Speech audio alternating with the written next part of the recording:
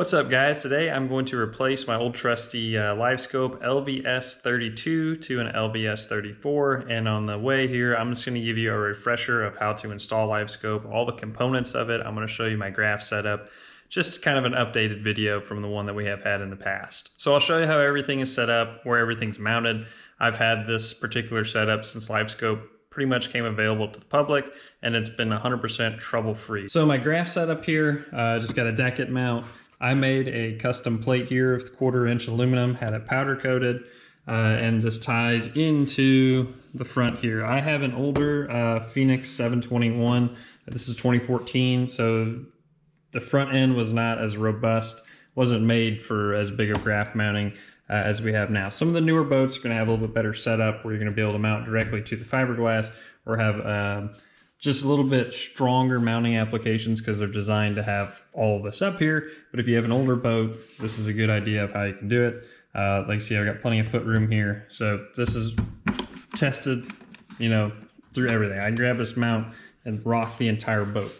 Then I run just the LVS 32 currently on perspective mode mount here, but we'll get into changing this out to the 34. And then on my plate here, it's a little dirty, but if you look in here, I've used like the rod stock material, like that mesh kind of weaving stuff. I put all my cables through that. It keeps all your abrasion down. It's not rubbing on it when you're running down the lake, rough water, driving on the road, whatever. So if we zoom in the corner here, you can see this is where I keep my black box. I have it bolted to the wall. You want to bolt everything. You don't want to screw anything if you can help it, because screws will eventually back out. Bolts do not, especially if you use nylocks. This is the brains of your Livescope, the GLS-10. It is just a simple, basically processor, does all the data, everything that you need for this, and it's actually a very simple hookup. You have your power here, which goes to my fuse panel, which we'll talk about. You have a network connector here. So what this does is connects from the black box, and this relays your information up to the graph at the front. So you have a small, almost like a NEMA style connection here, and it actually goes up to a RJ45 adapter, which is like your Ethernet cable connection that actually plugs into the back of the unit. One thing to note is you'll want an extension cable for this, because the one that comes with the unit is relatively short. I believe it's only several feet. A lot of times you can't get back to where your black box is actually mounted with it, so you have to get an additional piece for that. This is your actual transducer cable, which I've got the double piece because it's the old LVS 32, the original. The 34s are only going to have one cable that comes out of here. So this strictly goes up to your transducer, which is mounted at the trolling motor here. So the box powers up the transducer, sends out the signal. The signal comes back to this box, processes through here, comes through your network cable, it goes back out to your unit. Your unit then displays what this is saying. That is basically how Livescope is working. That's the brains behind it. And an extremely important part of your electronics install, not only Livescope, but all electronics, is your power. You want clean power and you want sufficient power. This wire is going to have 12 volts on it. Every one of these components that I have plugged in here is going to draw some sort of amperage off of that. The higher the total amp draw of everything, the greater the voltage drop is going to be if you do not have the sufficient size wire. To explain voltage drop very quickly, if you have a wire that goes from point A to point B, say you have 12 volts on it, and you measure from the start to the end, you're going to have pretty much 12 volts minus whatever the resistance of the wire is. If you have the correct size wire and you start adding other electronics to it, things that are drawing amperage, you're going to have almost the same at the end of the wire. If you have too small of a wire that cannot carry all of the amperage, you're basically going to start out with 12 volts at the beginning of the wire. By the time you have all your load at the end, you may be dropped down to 11 volts.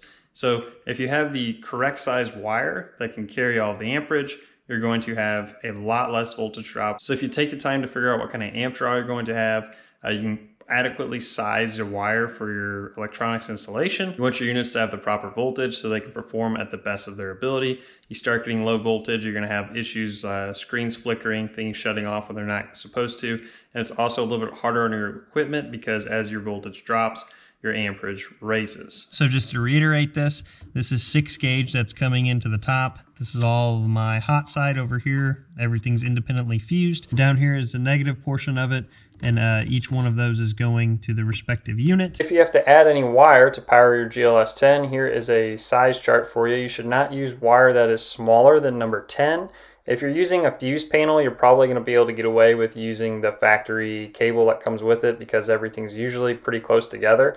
But if you're doing independent runs from the battery, you're going to have to use at least number 10. Now, most people I know are using number 8. It might be a little bit overkill, but it's better to have that larger wire than be pushing it with the number 10. So I would recommend just go ahead and get the number 8.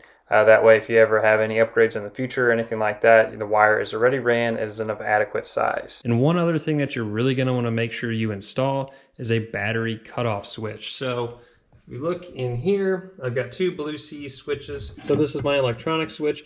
When I turn this on, it sends power to that fuse panel that I showed you. When I turn this off, it kills all power to that. So whether you use a fuse panel, whether you run direct wiring, make sure you put a switch in here like this, as you do not want that GLS-10 to be unswitched, as it will have a current draw all the time. It will actually drain your battery over time. So very important that you install a switch. These blue C switches have been killer.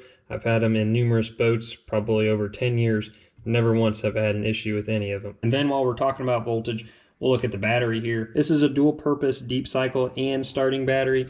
You can see the cold cranking amps. But if you want to just have one for your Livescope, for your electronics here, you want to look at your reserve capacity numbers, or you're going to want to see something in the amp hour range. I believe this is a 100 amp hour battery, or reserve capacity is 220 minutes. And as far as amp hour and reserve capacity goes on batteries, they're kind of two somewhat interchangeable standards for how they measure the capacity of a battery. An amp hour is how long it can sustain or provide 10 amps of current until it is depleted to, I think, less than 10.5 volts or so. Basically, it's usable life. So say it's 100 amp hour battery, it can provide 10 amps of power for 10 hours before it drops below that rating.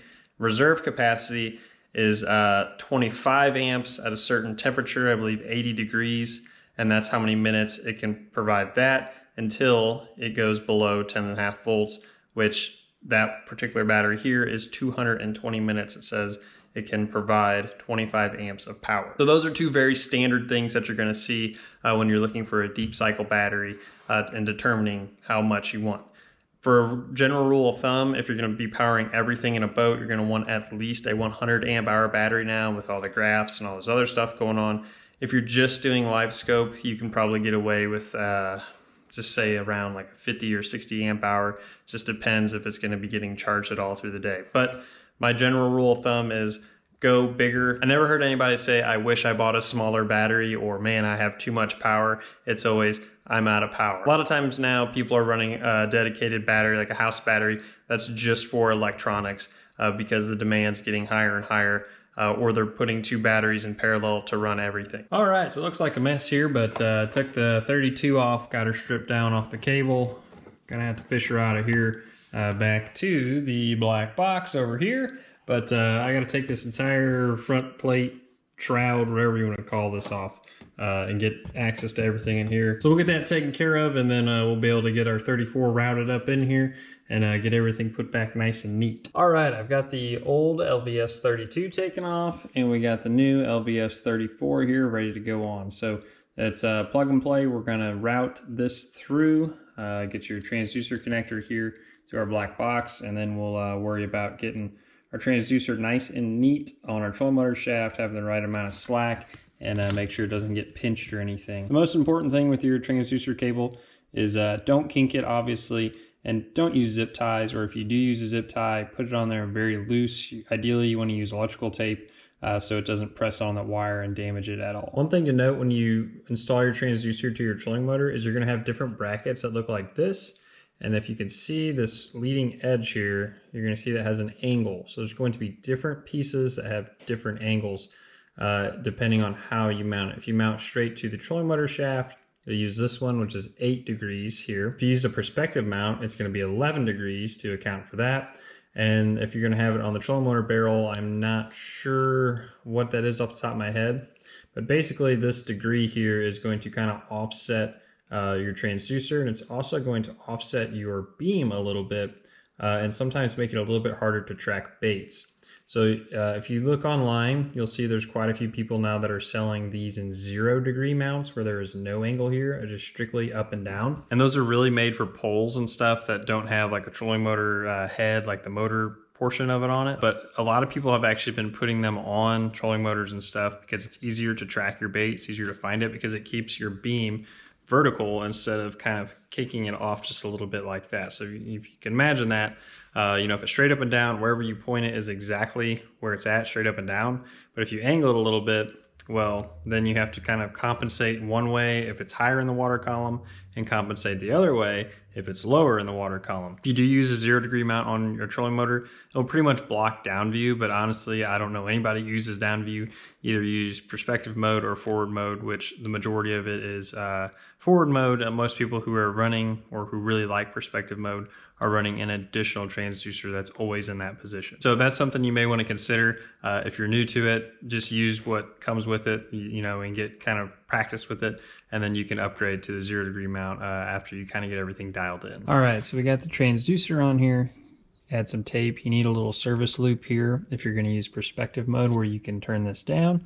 And then I tape it up the trolling motor shaft to where it cannot get pinched whenever I stow my mount. And here is a very important part. Yeah, you want to make sure you tape it tight here, and then I secure it through another loop right here so it can't get pinched in my mount, and then I secure it right here. So you need to have a little bit of slack up top, and you need to have a little bit of a service loop here. They say 10 inches total in all of this. That gives you room for when your trolling motor pivots and rotates. This can go around the shaft both ways, whatever direction. It's going to wind tighter one way depending on which side of the trolling motor shaft you put your transducer on, but you need to have slack here, otherwise you will end up pulling it really, really tight up here at this connection whenever you tape it. And then from there, I just electrical tape it every 18 inches or so, get it nice and neat, and I get everything collected to where it's going to end up going in here. Now, how you mount your transducer to your trolling motor is totally up to you. Here are some examples using the perspective mount. Just depending what side you stow your trolling motor on is how you're going to determine if you use it on the starboard or port side. You can also install it onto the trolling motor shaft as is shown here. That's a pretty good alternative if you don't really think that you're going to use perspective mode. And you can also put it onto the actual barrel of the trolling motor, but I try to avoid that. Number one, if you're in shallow water, you're going to be prone to damaging the transducer, and it's also putting it right on that motor can lead to some more interference issues. It's better to kind of keep that pretty much as high up on the trolling motor shaft, as far away from the actual housing or head of the trolling motor itself, where all that power is going through every time you're hitting the pedal. All right, now a quick review on our connections here at the bow of the boat. So we have our transducer, cable runs down, transducer cable runs through here, goes back over there to the black box. Then we have power cable here hidden. This is for our graph up front, our 12-inch graph. And then this is our network cable connected to the black box over there. Now this is the RJ45 connector. If we go in here about 18 inches or so, it'll be the small little connector, almost looks like a NEMA cable. Same thing that you see on that side that goes into the black box. This is just the portion that connects to it and then goes into the unit. So basically I think it's mostly to help you get this cable where it needs to go, because this connector is so large. It would fight a lot of people. So that's all you have up front, just your graph power, and then this is your actual Livescope connection. So super, super simple. See, most of the wires I have up here are for my Lowrance unit. We'll put the plate back on here and get everything mounted back up, and we'll be ready to rock. All right, so here is what the setup looks like when it's all complete. And I want to show you guys the perspective mode mount, how that works. So you're gonna have 3 lines on here. You're gonna have forward mode here. If we loosen this up, we rotate it like that, that's down mode. And then we want perspective mode. Goes all the way to this line over here.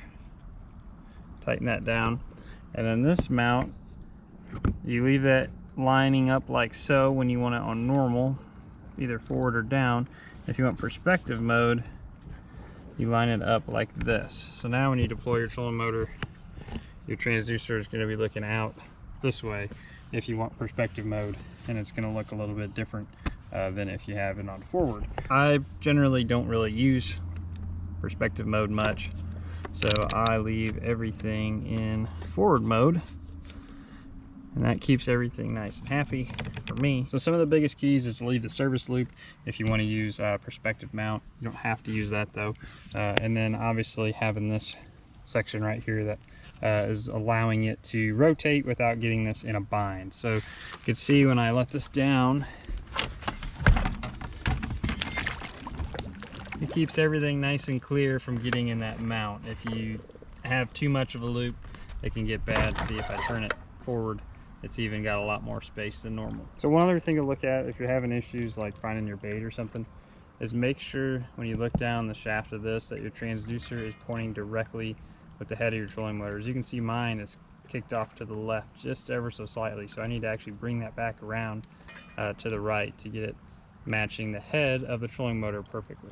And as a reminder, I would say your most important component to all of this is your power, and that is the power supply. So what size battery you have, make sure you have sufficient power, and then the wiring that you're going to run from that battery to your GLS 10 and to your front graph.